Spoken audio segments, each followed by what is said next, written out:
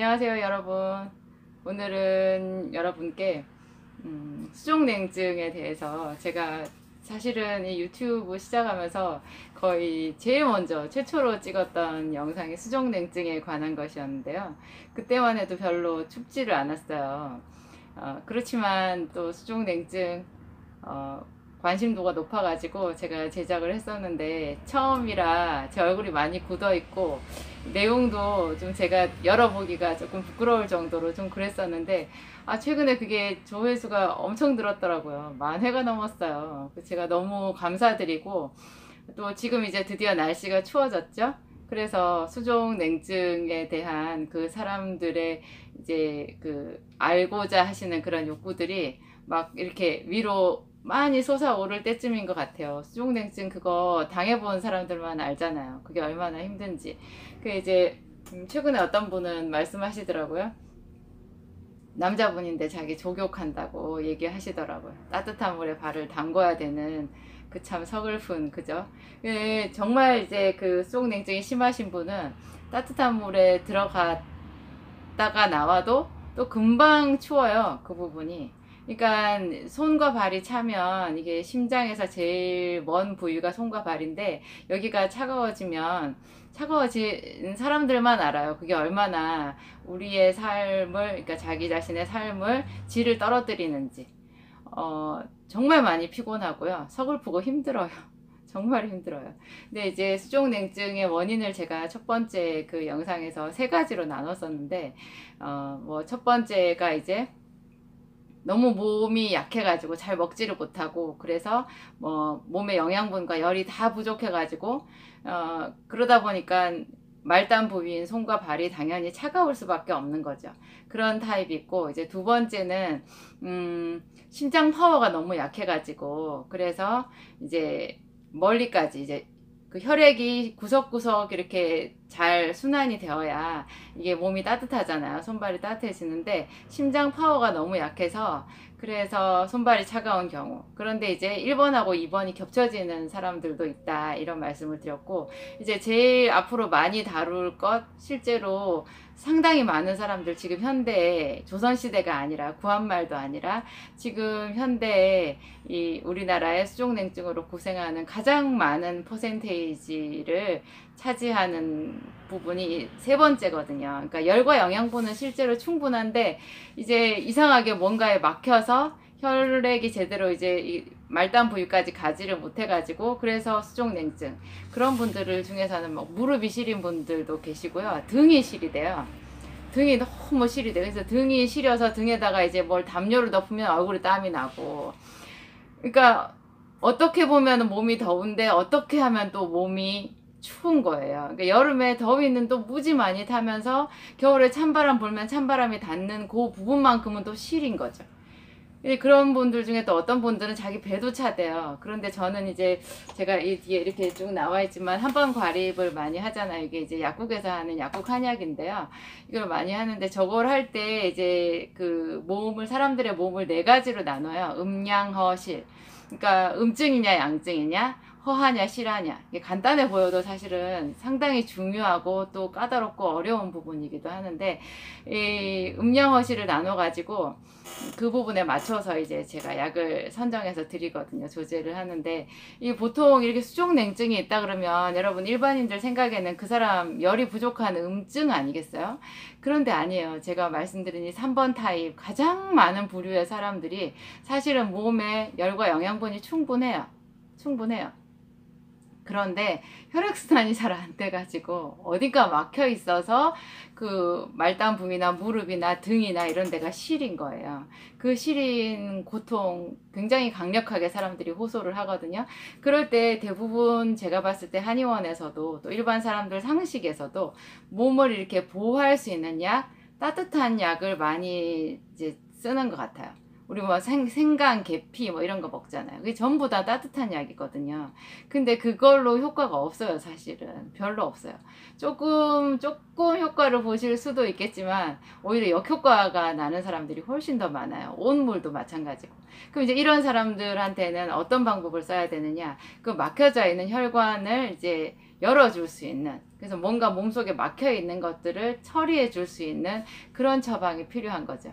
이게 제가 요즘에 저에게 상담하시는 분들, 저를 찾아오시는 분들한테 제가 자주 말하는, 제가 만든 약이에요. 생기산. 생기산 이야기 제가 말씀 많이 드리는데, 이 생기산 효능이 엄청 제가 봐도 너무너무 신기해요. 근데 여러분 한번 생각해 보세요. 제가 가끔 일요일 저녁 같은 때 이제 남편이랑 아들이랑 이렇게 해가지고 집 근처에 이렇게 산책을 나갈 때가 있거든요. 저는 사실은 야식을 별로 안 해요. 저녁에 어디 나가서 뭘 사 먹는다든지 이런 일을 거의 안 하고 8시 지나면 제가 일체 뭘 잘 안 먹거든요.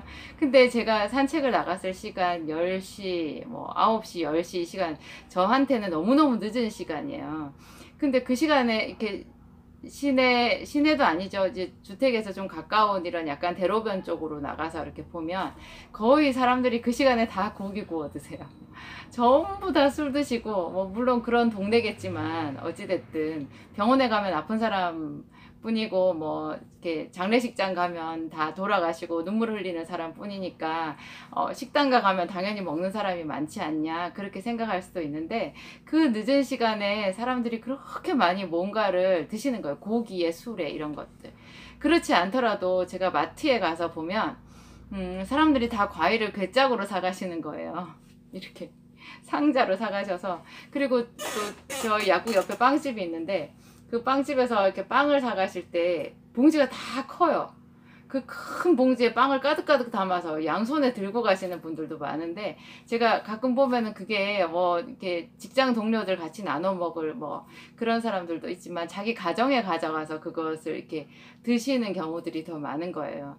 여러분, 그렇게 좀 많이 먹은 것, 좀 늦게 먹은 것, 그리고 때로는 기분 좋아서 더 먹은 것, 이런 것들이 전부 우리 몸속에 들어와서, 죄송합니다, 식독이라는 것을 만들어요. 어쩌면 좋겠어요. 여러분, 음식이 우리 몸에 독이 돼요. 그러니까 허준의 동의보감 썼을 때, 또 이재마 사상의설 그분이 살아계셨을 때, 그때만 해도 우리나라 조선시대잖아요. 고려시대 이렇게 가면은 그때 사람들 식생활이 지금 우리같이 이랬겠어요? 저녁마다 고기 구워 먹고 술 마시고 이렇게 배 나온 사람들이 지금처럼 많이 있었을까요? 요즘처럼 이렇게 콜레스테롤 수치가 높은 세대가 아마 없었을 거예요. 그러니까 허준 선생의 동의보감에 나오는 그 약들이 요즘에 먹었을 때 동일한 그 보약의 효과를 보기가 힘든 것 같아요. 이게 평소에 우리가 생활하는 패턴도 너무 다르고 영양 상태가 너무나 다른 거예요. 그래서 물론 이제 비타민, 미네랄 이런 것들은 부족하니까 보충을 해줘야 되는데, 이 몸속에 식독이라는 것들이 이렇게 어딘가에 쌓여가지고 우리가 열과 영양분이 충분한데도 그 피가 제대로 혈관을 이렇게 통해 가지고 온 몸을 흘러서 우리 몸을 따뜻하게 해주지 못하는 그런 독이 되고 있다는 것. 너무 슬픈 일이죠. 우리 지난번에 왜 남북 정상회담 한다고, 또 아니면 북한에 어떤 사람이 귀순해가지고 그 사람들 생활상이 나왔을 때 우리 전부 다 너무 놀랬었잖아요. 우리는 다 지금 현재 이 시대를 살아가니까 우리가 평범하다고 생각하는데, 우리 역사의 한 30년 전, 또 우리 주변에 어떤 또 다른 국경을 넘어서 다른 나라 이런 곳에 가보면 너무나 다른 그 생활 패턴, 문화 형성 이런 것들, 그 사람들 식탁의 상황 이런 것들이 이렇게 판이하게 달라지잖아요. 그러니까 그런 식으로 우리의 식탁을 좀 점검해 볼 필요가 있는 것 같아요. 제가 만든 이 생기산이라는 거, 제가 성분이 뭐냐고 이렇게 물어보시는 분들이 많아서 말씀드리면, 황금, 황련이 제일 많이 들어가고요. 요즘에 무슨 약을 쓰면 황금, 황련이 참 많이 쓰이게 되는 것 같아요. 그리고 제가 시호제 중에서는 대시호탕을 많이 써요. 그리고 사망사심탕 이런 것들도 많이 쓰게 되고, 이런 것 뭐 반하 이런 것들도 쓰는데, 이 약재에 대해서 또 자기 나름대로 생각이 있으신 분들은 저희 처방에 대해서 하실 말씀이 많겠지만, 어찌됐든 그 생기산을 쓰는 제 입장에 있어서는 이 생기산이 얼마나 많은 사람들을 살리고 있는가. 자기 분명히 몸이 너무 시리다 그랬는데, 생기산은 사실 시원한 약이거든요. 그거 먹고 몸이 따뜻해졌다고 그러시는 거예요. 그거 먹고 당뇨 때문에 이렇게 수족이 잘 마비 같은 거 오고 감각이 별로 없으신 분들 있잖아요. 너무 피곤하고 힘드셨던 분들, 이게 당뇨병 같은 것이 제일 무서운 게 신경과 혈관 합병증이거든요. 근데 그 생기산을 제가 투여를 하고 기다렸는데 정말 놀라운 반응들이에요. 제가 자꾸 이렇게 얘기하면 무슨 어떤 사람 저를 비난할 때 약장수 같다고 그렇게 얘기를 하시던데, 뭐 저는 다른 사람들이 제 약 먹고 좋기만 하다면 그런 비난 들어도 별로 개의치는 않겠어요. 기분 좋은 이야기는 아니지만 어찌됐든지 이 생기산이 정말 많은 사람들을 혈액순환에 꼭 필요한 것 같고, 그 등이 시리고 무릎이 시리고 손발이 시리고 한데 이 생기산이 아주 좋은 효력을 나타내고 있어요. 제가 이거랑 또 그 병행해서 쓰는 것, 체내 노폐물이 그렇게 많지 않은 사람이라면 비타민C 고용량 요법만 해봐도 수족냉증에 상당히 도움이 많이 되더라고요. 제가 지금 현재 그렇게 사람들에게 쓰고 있어요. 수십 명의 사람들에게 그렇게 쓰고 있는데, 그 사람들이 좋아지는 거 바라보면서 기뻐하는 그 축복은 저만 누리고 있습니다.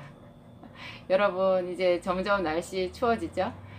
수족냉증 이런 거 저녁마다 손발 따뜻하게 해주시고, 또 굳이 수족냉증이 아니더라도 이렇게 추울 때, 점점 이제 한겨울에 추워졌을 때 저녁에 자기 전에 발 온 찜질 이런 거 숙면을 취하는데 상당히 도움이 되는 것 같아요. 따뜻한 물에 발을 넣어서 기분 나쁜 사람들 빼고는 다 한 번씩 해보실 만한 것 같아요. 넣어서 기분이 좋다면 내 몸에 맞다는 뜻이거든요. 오늘도 제 이야기 들어주셔서 감사드립니다.